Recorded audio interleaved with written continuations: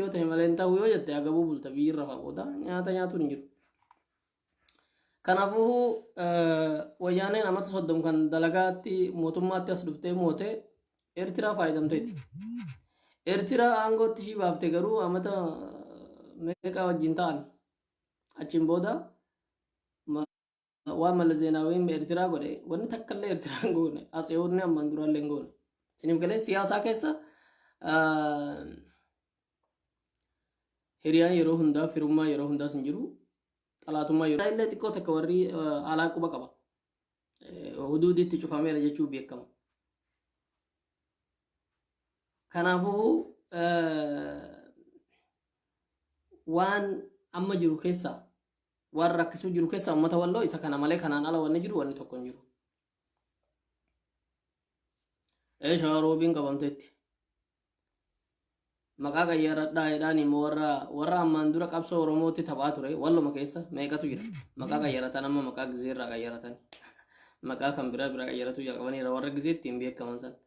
Gaafa uummanni keenya du'ee namni rakkatu isa waa'ee qoosaa yookiin waa'ee adda addaa haasa'an turan. Kanaaf amma dubbiin dhumatteetti wanni hafes hin jiru. Abiy Ahmed ammoo kan jaalateefis kan jibbeefis uummatatu rakkatee himalee wallaahi kufin isaadhaa fagoo hin jiru. Miidiyaalee addunyaa hedduu yeroo laallu beektoonni addunyaadhaa warri waa'ee siyaasaa kana hedduu keessa fageenyaan beekan wanni sodaatamaa jiru abiyyiin booda dhugama nagayii dhugaa ni dhufaa waldhabbii siyaasaa ni dhufaa Oromoon takka ni tahaa warra kaabaatii wajjin akkamitti waliin ni bulamaa naannoo Amaaraa irratti rakkoon adda addaa waan akkasiiti malee waan abiyyi ni kufaa jedhu dhumateera. Mootummaa tokko kan aangoo irratti qabuu danda'u bar waraana. Waraanni baaga kufeera wanni takka jiru. Osoo mootummaan biyya Itoophiyaan biyya badhaatuu biyya beenzimaa biyya petroolaa biyya adda addaa qabdu taatee har'a kana kaashi fidi ta'e naatoon dhufuu danda'a akkuma Liibiyaa Amerikaan dhufuu dandeessi akkuma biyyoota Arabaa biyya Habashaadhaa injiraa malee maaltu jira waa fixuuti isa jabaa mootummaatti ol bahee gargaarreeti waan adda addaatti deemsifannaa jetti har'a waa takka nuuf hin dhufan. Isiniif galee hammana jechuun Itoophiyaa jechuun kanaafuu yoo jabaattee irree godhatte abbaan biyyattii bushuudhaan malee si jedhama. Yoo ati diddee gadi kukkufte idaan kee dhumeera kalaas. Itti sidhiisanii namni jabaan biyyattii akka bushu godhan. Kanaafuu amma dhaamsan qabaani uummata walloo hundaaf. Namni meeshaa argatte. Namni meeshaa bitatuu dandeesse. Namni bitatuu dandeessa ta'e amma bitadhu. Meeshaa gurguddaa kilaashii namoonni qaban beektu. Meeshaa matariyyeesirra ol matariyyeesuma baay'isuu yookiin bareenuma baay'isuun illee gaariidha. Meeshaa waraana sababa waraana kanaatiin argattan takka. Tigraay qadaamaayii wayyaanee wanni jedhamu jira ture. Dura qadaamaayii wayyaanee wanni jedhamu badeeti gaafa mangistuudha ammoo qadaamaayii wayyaaneen Haayile Sillaasee wanni eenyu Minilik lole. Minilik ni mo'ate isaan Minilik jabaa ture isaanis ammas hin hammaanne. Isiniif galee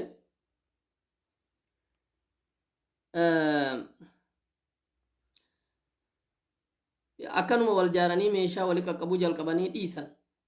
Xinnoo turanii daagmaawii wayyaanee ishiin jedhamtu ishiin wanni mangisuu Hayilamaariyaam kuffifte dhufte. Wal jaartee waan meeqa jaartee maal jaarte Dabratsiyoon Dr. Dabratsiyoon kuni teeknikaa waa'ee raadiyoodhaa tolcha ture. Qabsoo isaanii keessatti mucaa xiqqaa ta'e. Sanbira darbee waan hedduu baranii meeshaa adda addaa dhokfatuu baranii wal jaaranii waa dalaguu baranii guyyaan darbee guddatee mootummaa ta'anii amata meeqa ta'a. Akka ummataatti hidhannoo lafan keenya isaan. Akka ummataatti akka biyyaatti hidhannoo lafan keenya. Akka naannoo isaaniitti. Waan sanbira darban. Waan sanbira darbanii kaleessa balaan guddoon siyaasaatti dhuftee mootummaa gadhiisan. Suni mohatamuu siyaasaa jedhama. Siyaasaan mohatamne jedhanii rakkoo addaan uumne aangoo gadhiisan. Aangoo gaafa isaan gadhiisan walloowwan kanarraa baratu waan qabdu isin hima. Aangoo gaafa gadhiisan nuti aangoo gadhiifne jedhanii hundi isaaniitu paaspoortii tottoshatanii akka warra keenya agartanii hundinuu Ameerikaatti eessatti Kanaadaatti hin baqanne. Bakkuma jiranii baqatan. Waan qabaniin achuma meeshaa bitatan. amma wayyaanee meeqa faatuni sadafaame maal godhan Itoophiyaa hangana jabaattu biyya hammana guddatu waraana bara meeqa jaarrame akkamitti qolachuu danda'a naannoon amaaraa nu loleeti lafa hanga ta'e wayii nurraa fudhata jedhanii yaadanii turan malee Abiyyi Ahmad nu loleeti mootummaa humnaan nurraa buusa jedhanii yaadanii turre waan san akkamitti ashannafan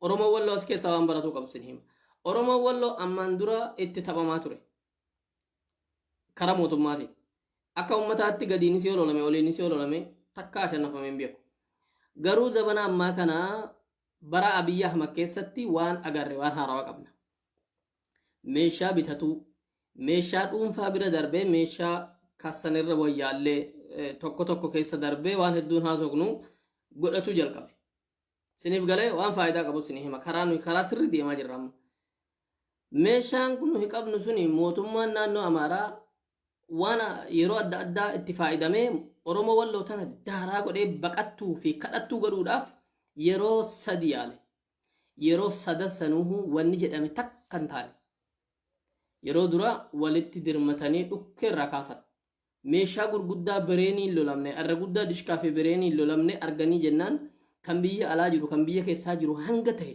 waan dandahe bitatuu jalqabe dhageeffadha waan tahe meeshaa gurguddaa tahe bitatan keessumaa keessaa warri mirgaa sanan jilleetii fi hartumaa furseen waan kanatti hedduu nu boonsaniira akkuma kana warri baate illee jiddu galeessi kun ammoo rafeera diinagdeedhaan warri irra jiru sila jiddu galeessa kana dawaa cafaa fi dawee harawaa jechuu kiyya asirratti akka sila akka qabeenya isaaniitii yookiin akka dandeetti baay'ina namaatii fi qabeenyi bakka kana jiru isaan turre bitatu qaba jechuuf hin bitanne jechuuf miti hin beeka bakka jiru sun dubaay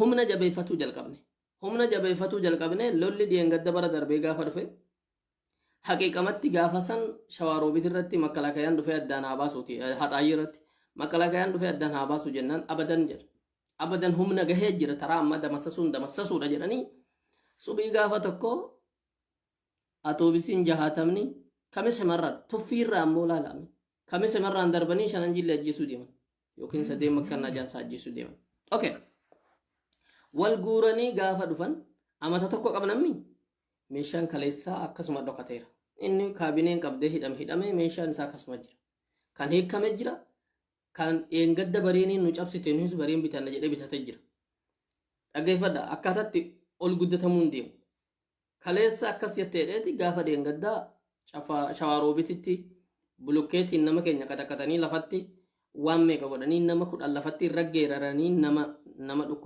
dhukkubsataa mana hidhaa keessa mana ambulaansii keessatti siniif galee qaxaqatanii namni reeffa isaanii nuu kaasu dhabame reeffa saree ta'an namni reeffa san kaasu dhabame Abiyyi Ahmad fuula dura taa'ametti himatame reeffi keenya amma achi ajaa jira reeffu mallee kaafanna mootummaan naannoo mootummaan federaalaa yoo itti shiroo Mahamad Hussein seenaan isa yaadata siniif galee bakka jiru mbiye ko amma namichi sun aangoo sila aangoo hin qabu amma namni sun waan hedduu nu dubbate waan hin dagatamne siniif galee jennaan Abiyyi Ahmad deebii kamii akkam jedhee nu laale deebii kamii deebise mee dhiiroo waa tokko nagaatti haa hawwannooti deebii kamii nu deebise jaarsi tokko zuxxii moo jajjabaatti akkamitti himate osoo Oromoon teenyan dhufne dhumnee turre reeffi nu biraa ajaa'u ture jedhee nutti himanne dhaggeeffadha gaafa san maaltu nu faayide meeshaa tadarajja'amee bitatamee fi akka ganda akka qabaleetti keessumaa keessa jillee dhumuugaa akkamitti akka bitatte ni yaadanna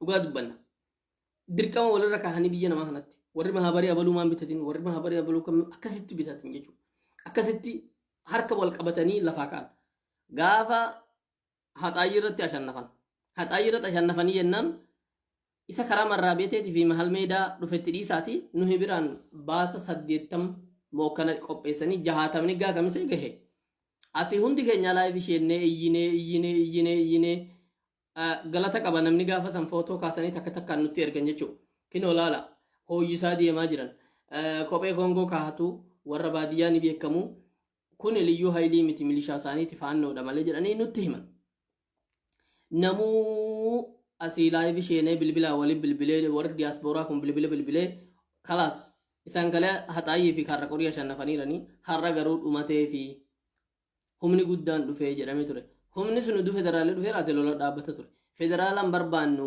humna gaheetu jira jedha jechuu kiyyaan eenyu namtichi bahar daar deengaddamu eenyu maammoodha. Isiniif galee akkam godhadhee Oromoon walloo gaafsan lakkoofsa isaaniimu bareen hammam wali guurtee jiille shawaroobii deemte gaafsan. Isa kamiseen gaa kamisee waan goote kamiseen magaalaan kamiseedhaa qursitti dhiheessiteeti dhugaa walitti himna. Qursitti dhiheessiteeti lafni guutuun guute salaam Allah salaam yaa hordoo. Inni irraa faddu afaan Oromootiin namni dhufeetiin yeroo ani ummata keenya yoo asiin dabarsitan ummata kana yoo asiin dabarsitan ummata keenya fixuu deemuu akka jiru beekaa booda akka dirmanne beekaa dabarsitanii yeroo nu jennee barreessine abboo qabsoo afaanii kanatti dhiisaa maayii mootummaan hin lolamu nuun jedhu ture warri kamisee warri magaalaa afaan Oromootiin warri afaan Amaaraa immoo salaamuun Allah yaa hordoo salaam naat kamisee minam yellam akkas jedhan turani bar salaam nau warri ibiddanutti ofuuftan ibiddanurraa dhaabaan hin agaha feena waan isaan deemu jiraniif beekaniira yoo fixan haa fixanii warra jiillee nu himaaltu nu dhibe magaalaa keenya keessa qawween akka dukkaane maleedha malee quba qabu dhaggeeffadhaa waan darbe namni beekne waan nufuun beeku garuu qeerroon eessaa qawwee jammarte wallaahi qoree fi migirarraa qawwee dha'uu jammaran qawwee samumatti dha'an akkanumaan yaanii inzaara jechuu yookiin isa wanni dhufe jechuu kaan baarzaafii godhokatanii qawwee dha'uu jammaran obboleeyyan waan kanatti qaba laala makiinaa jahaatamatti qawwee dha'uu jechuun akka makate gaafa qalloo gahan qawween bakka hundaa dhukka'uu waan jalqabeefuuhu nami qawween iyyannaadha beekamaa kottaa jechuudha kitatii jarii jedhu sanii daqiiqaa keessatti ijoolleen karaa baatee dura dhaabbatte qallootti atoobisii keessattis boombii aanii wanni tahame ati gabaabamatti makiinaan 25 kamisee irraa bahee qalloo darbee hijiraa gagaheetti jalqabame daaraa walgootee atoobisii dhiiftee goda qoree kortee halkan tokko lolaa bultee gaafa lammaffaadha harka kennatuu bira gaageesse mootummaan Abiyyi Ahmad federaala warri jedhaman kuni galma abbaa gadaa walitti qabee abaabbalee inumaa boodammoo achi hin deemnu damasasuu dhaqne malee baqatuu deemna jetti kana biraa dabarru waan nu faayidessini hima shawaaroobitirraa hanga dabra birhaan hamma dabra siinaadhaa wal guuree faannoo fi jinniin dhufe wasan qurqur gandatti aanu gubanii osoo caaffaranii shanan jiillee wal guurtee lakkoofsa isaa siniin himuu kanis siniin jedhe gaafa sana abbaan lola daaraa godhe qawwee ummanni waliin baasee bitateedha. Lakkoofsa basiixaan miti duba kan dhaqe gaafa san baalcii fi wasan qurqur irratti kan dhaqe. Daqiiqaa muraasa keessatti taftiisha jajjabaarra dhaabbatee ture gadhiisisan. Sa'atii 3 keessatti baalcii irraa shawaroobit hamma dildiliidhaa bilisa baasan. Janaazaa isaanii illee ni fudhatan. Shahiidoota isaanii hospitaal ifaa ciisaa turan ni fudhatan. Maaltu san faa'ide? Nuti boruwanni sanii olii yoo nutti uumame sanii ol tahuu qabna malee sanii gadi tahuu hin qabu. Waan kaleessa tahee fi waan har'a tahaa jiru waan har'a tahu kanarraa maal baratta? Har'a lola siyaasaa gurguddaa wayyaanee dhufee lola lole. Wayyaaneen kaleessaa meeshaas tahee qabeenya nama. Isa har'a lola lole kabajaa qabadha. Boruuf lola har'a lole ol sii lola. Wal dhabbii dhuunfaa yookiin waan adda addaa abadan. Garaagarummaa siyaasaa rakkoon qabu. Hanga warra diinaa wajjin qawwee fuula keetti kaase akka bilchiginnaadhaa kanan tahinitti rakkoon qabu. Siniif galee kaleessa maalii ni ashannafnee dhuma sanirraa oolte shanan jiillee mutut godhuuf turan. Isaan akka fixan atis isatti aanu. Akkasitti humna asii oliin dhufe warri dawaa caffaatee fi hartummaa furseen damirraa godhe warra achiin dhufe akka dhiiraatti wal guuranii kaleessaahu haxaayyii to'annoo jala oolchanii gaafatti aanu akkasitti dama ofirraa godhanii shawaaroobitii sa'atii 3 keessatti baalciirraa jajjabaa fi zutti daaraa godhanii wanni baasan. Istiraateejiin lolaan jiru lafa qabatu wanni jedhamu hin jiru dhugaadha. Makkalaakayaatu humna jabaan dhufaa ture. Akka riphee lolaatti lolanii dam godhanii janaazaa isaanii kaafatanii laafaa isaanii harkifatanii deebi'anii uummata ta'aniiru. Wanni suni waan laafaa akkas seene. Wanni suni waan laafaa akkas seene. Hayyeeree har'a bilchiginnaan dhufte yookiin bilchiginnaan deemte abaawoon dhufe TDF dhufte meeshaanis gatamuu qaba yookiin isaanii kennamuu qaba abadan har'a yoo diishkaa hiiktee raatte yoo diishkaa hiikee raabalu gurguratuu fedhettan birri waliin baasaa kennaa fiitii dhoksa. Qawween kaleessa birri 300,400 sineeperiin bitamaa ture 400,000 oliin bitamaa ture kaleessa har'aa bakka jiru ni beektan bitadhaa bitatuun har'a. Gaa bilbilli isinii gadhiifame warri bilbilli isinii dalage ammarraa bitadhaa. Saba takka miidhaa jechuu kiyya miti. Saba takkaaf nagaa dhiisaatii abalutti duulaa jechuu jechaa miti. Wallaahi keessaa yoo mootummaan Itoophiyaadhaa dhaabbatee abaa'uu fi jarri kun akkuma kaleessaa wanne wajjin godhanis haa ta'u abbaa duulaa fa'aa wajjin biyya bushanis haa ta'u akkuma kam haa ta'uti yoo mootummaan dhaabbatee mootummaa ta'e silaa mootummaa santu waan jiru busha. Yoo akkuma addunyaan nuun jettu kana harbil ahliyyaa Somaalee fi Oromoo fi Tigree Amaaraa fi Tigreen wal nyaatuuf deemti Itoophiyaanii. Mootummaan akka Addis Ababaa irraa jige amma mootummaa dhaloluu jiranii ganaa wal lolanii kan jedhu nama tokko lama irraa himee profeesoroota siyaasaadhaa hedduurraan dhagaye kan warra afaan garbii haasa'u kan warra afaan arabaa haasa'u. Kana jechuun maal jechuudha? Gaafa har'a dhaabatu si kee jira dhaabaani dahattee lolte haa jennu. Abaa'oo jira Tigree jira. Boru jarri kun lola addaa kan biyya biraa irratti yoo sheenanii si keessaa wulli jedhanii bahan akkam taha Oromoo walloo isa jedhu eenyu namni Oromoo wallooti rahmatu isa jedhu warra aduu bahaati moo warra aduu lixaati isa jedhu mataa kan keessa kaa'adhu. Dubbii kiyya kana dhaggeeffadha.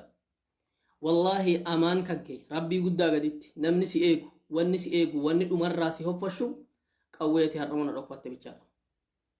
Rasaasni har'a rakka seera quba qabna rasaasni takka birri 10 hanga 20 taateetti jedhani har'a maal goota inni biyya jirtu addunyaa qabdu gurgurii bitadhu qarbi wanta kan ta'u gaafa guyyaan darbe yoo dachiin badhaadhuma tahee qawwee qabatuun dhorkamee namuuhuu mootummaan ajaa'ibaa dhufee tottole qaalitti gurguratta maafi ayyi mushkila akkanuma dheessi amansiisaa fi dubbiin naman gurgursiisu abadan wanni fedhe yoo dhufe ummanni Afrikaa keessatti qawwee qabuu fi qawwee dha'uu beekuu fi irree lolaa beeku hin miidhamne takkaawu.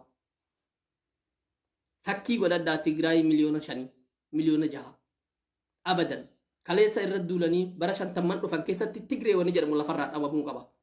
Jalqaba sabbaa irreedhaan irra shannaani finna isatti aanu akka ummataatti eenyummaa shirraa jijjiirra achiin booda bara 50 har'aa laala akkatti itti kaahame eenyummaa warri balleessuuf deemu.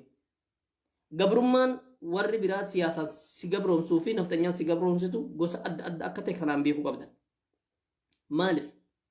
Dhaggeeffadhaa waan isaan jedhan bara 50 dhufan eegdiin kaahame yeroo duruun balleessuudha.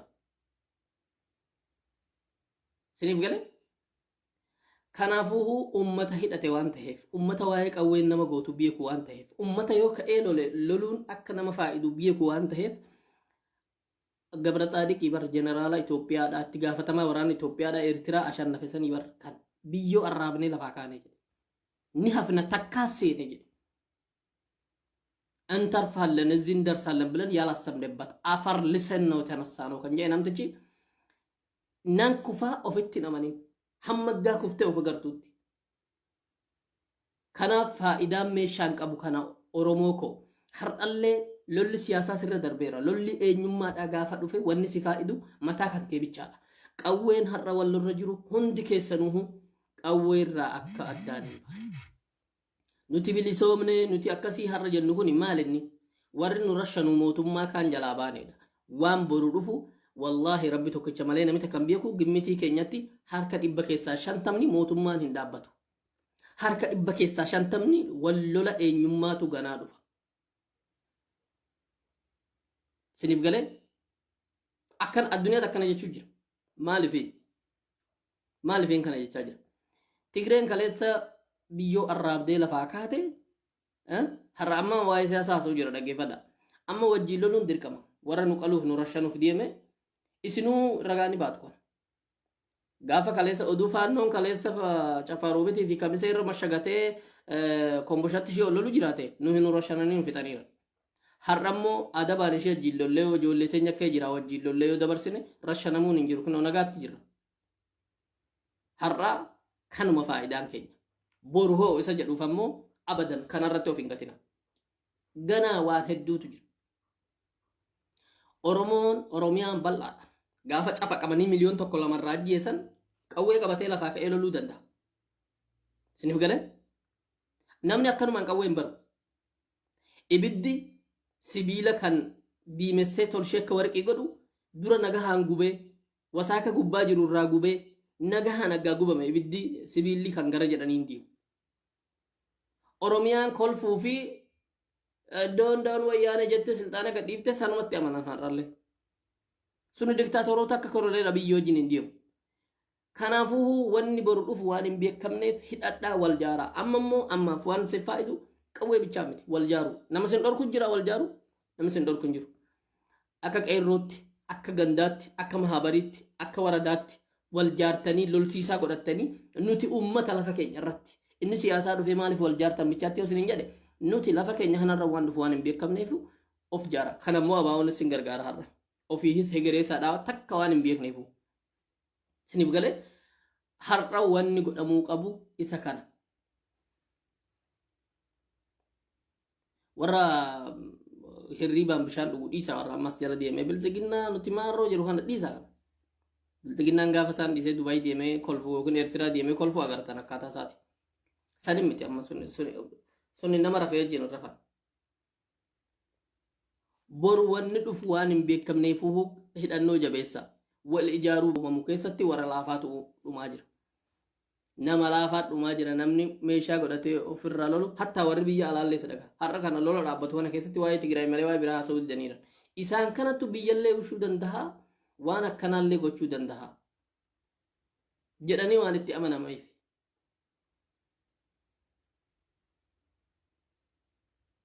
himuu takka barbaachisu qawween guuteera lafa walla warra qawween ni guute amma warra qawwee gurguru keessaa warra amma nu gadiisan affaari amma kan qawwee gurguru yeroo kun darbeen baana amma nu huma bira jira qawween lafa guuteera amma inni barbaade bitatu inni immoo qabu manaa ilmaan 5-6 gandii ilmaan abbeeraa namni 10 maal wal bira jirtan wal jedhaati isa irra wayyu bitadha qarba jechi kiyya kun gaaf tokkoof sin faayidaa wahii fi godha ati abbaa qabeenyaati bitii kaay wallaahi si faayida rasaasa birri miliyoon takkaan bitii kaay qarbi dibbin godhii qarbi yoo booda lafni tolee namitti haaja'u dhabame yookiin haajaa akkasiitii hin ta'u jette gaafa san inni gabayaa irratti kotorbaandii ta'a dhorkaadhaa ni jabaata akka barbaadde gurguratta halkan takka biyya keenya tammoo nigdi qawwee ani akkam beekutti makiinaan tokko maqaleerraa bara 5 makiinaa tokko guutuu isaa makiinaa guddaa FSR jedhasan maqaleerraa dhufe halkanuma san namni tokko 50-60 naggaadotatti kafaffalamee dhume qawwee gosa tokko ture shaklee yookiin maalifiin gudii kana maaltu bite jennaan naggaadota guurratee jira dhugama warri kaanis ni bitan gama warri jiranis hammana takka gabayaa qaba oduu oromiyaa biyya biraarratti namni akkasitti sirraa bitu hin jiru bakka itti bitamu hin jiru kanaafuu inni abbaa qabeenyaatis si faayida ummata maddii dhaabbatuun ummata wajjin dhaabbatuun faayidaa guddaa qaba sihis si faayida ummanni wal jaaree ummanni lola bare ummanni lolarra jabaate nagahi yoo dhabame lolaan nashannafamu yoo nagahi argame immoo kuni qabeenya ni beektu kaleessa 150 bira gahee ture bara qawween tokkichi kilaashiin tokkichi maali rakkoorre qabeenya jijjiirratte xixiifte boru gajanne bara takkaalama miti bari takkaalama waan akka fidduun beektan nama hara politikaatti ol bahee immoo ani warqiin sinii afaa jedhu koraba karabaatii hidhatee hin dhaggeeffatina gaafa gochatti isheen isa dhugeessina namni Abiy Ahmed irra nu goyyamsan jiru waan boru dhufu hin beekani waa'ee siyaasaa tokkoffaa amma siyaasaadha rakkoo kan fiduuf deemu waraana irratti shakki hin qabnu jarri oliin kaabaan lolus kan oromiyaa irraa lolaa jirus amma magaalaatti aantu guyyuu 3 guyyuu 2 qabaatuma jira dhumarratti gaafa waraana kanaan wal gahan Abiy Ahmed kan isaa dhumateera achii booda hoo isa jedhu amma wanni wallaahi warri amma ogummaa siyaasaa qabu kun addunyaa kun waan haasa'u yeroo tokko tokko dhagahe wanni sun dhugaa tahinna wanni isaan jedhan kun dhugaa yoo tahe akkam ganaa wal lolanii isa jedhutu haasa'amaa jira ganaa wal lolanii kun eenyuun akkanumatti nafu bar mootummaan kun yeroo kufe hundinuu of jaaree kophaa kophaatti fakkeenyaaf faannoo amaaraa akka hidhatee kophaatti of hin lolle lolan goone dhorkamaa jira amma reefu eeyyamameef mootummaan kun yeroo kufe kophaa kanaa lola addaa bana lola kana keessatti abbaan lola lolu bakka tarafuu fi bakka irraa kasaru laaleeti namumti kalee abdatte har'a siganaa kanarraa abdatte bor sigana kan aggaan jedhu maaliif akkan jedhu sinii gafa naannoo Somaaleedhaa mafanqala dalagee kaleessa kashafe mafanqala irratti dalagee naannoo Somaalee irratti mafanqala gaa dalagan maal jechuuf akka ta'e beekna bilisoomuu yookiin biyya isaanii kana adda baasuudha waan atiin beeknatu jira gaafa san ibidda Harargee irratti qabatu isinuu beektu dubbiin dheeraadha Abiyyi Ahmed waggaa kufe naannoo Somaalee irratti maal akka ta'u namni waa'ee siyaasaa gammatu ni gammata fedhii Soomaalota maal akka ta'e ni beektu Dirree Dhawaa Harar Baabbilee fi karaa Gursum kana karaa eessa immoo Cinaaksa maal kana keenya kan jedhantu qaban lafa Oromooti wanni kun ni beektu Dirree Dhawaan kan Oromooti jedhamuun kan hamma irraa didamee takka Gizaawii takka Bizaawii jedhamtee bulaa jirtu sodaa jara kanaa baabbaluuti takkaffaa warra kadhatuu dhaqeechitti bataraana'ee abbaa biyyaa ta'etu jira silxaan argatee lammaffaa warri kun keenya kan jedhutu jira kun ibidda hedduu qabsiisa ganaa warri biyya sanii amma kana quban qabu ciisee jimaa nyaatu jira gaafuma ibidditti qabattee hoo jedhanii lafaa ol kaa'an ganaa akkanuma jechuu dubbiin inni jiddu galeessa shaggarii fi shawaa fi maalis amma harka dha'uu jira waa'ee fooqii ijaaruudhaa waa'ee badhaadhinaa Abiyyi Ahmed Saayim quban qabu ibiddi bakka itti qabatte gaageesse hundinuu wanni isaa galaa wanni isaa kasii galu gaafa san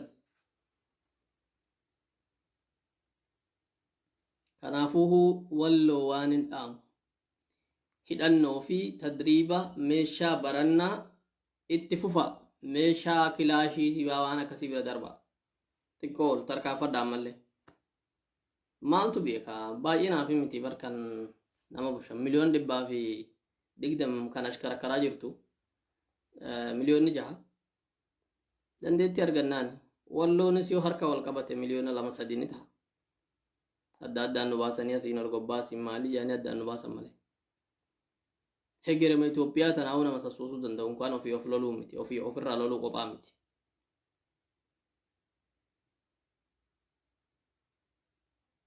kilaashii bira darbuu qabna kana booda akkuma warra wayyaanee of jaarree moortarii fi dishkaanis nu biratti baratamuu qaba waan kana olitti dhufu hundaafuu itti gaafatama fudhatamuu qabna kana booda fudhatuu qabna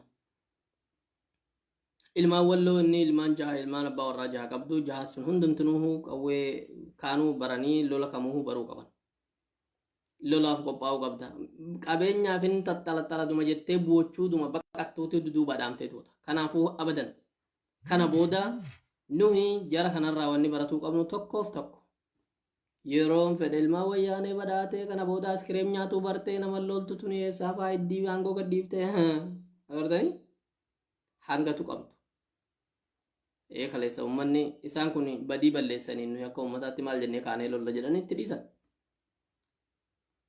hawaatis akkasuma dalagaa gadhiiftee biyya shiggalte gaafa dhufanii garuu tuqan kanniisa akka kanniisaatti takka tahanii akka mootii kanniisaatti wanna isaanii qabatanii dura taa'ota isaanii qabatanii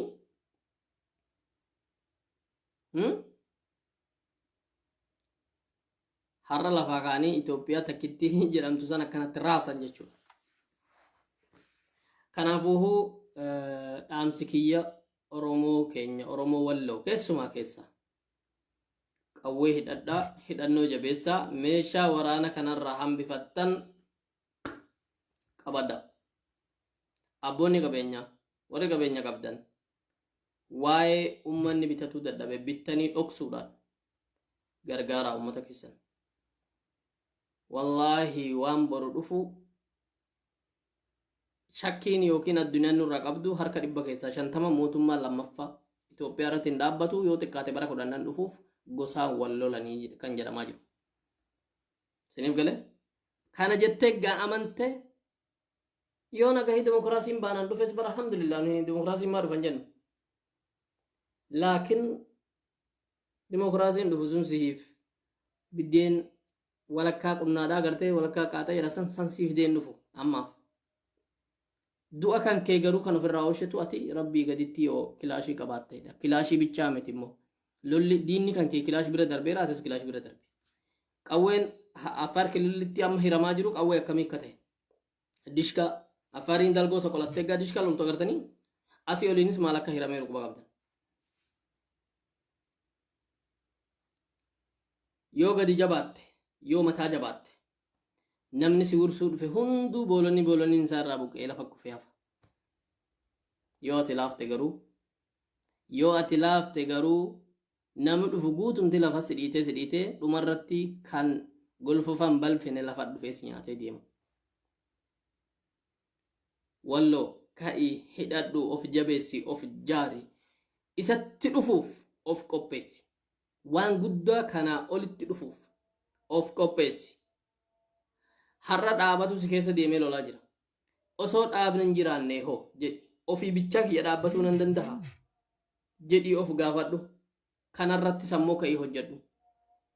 Lola gosaa lola eenyummaadhaa boru dhufuu malu keessa walloon warra sanyiin duguuggaan irra godhamu keessa isaan tokko yookiin isaan lakkoofsa tokko irratti argamanidha.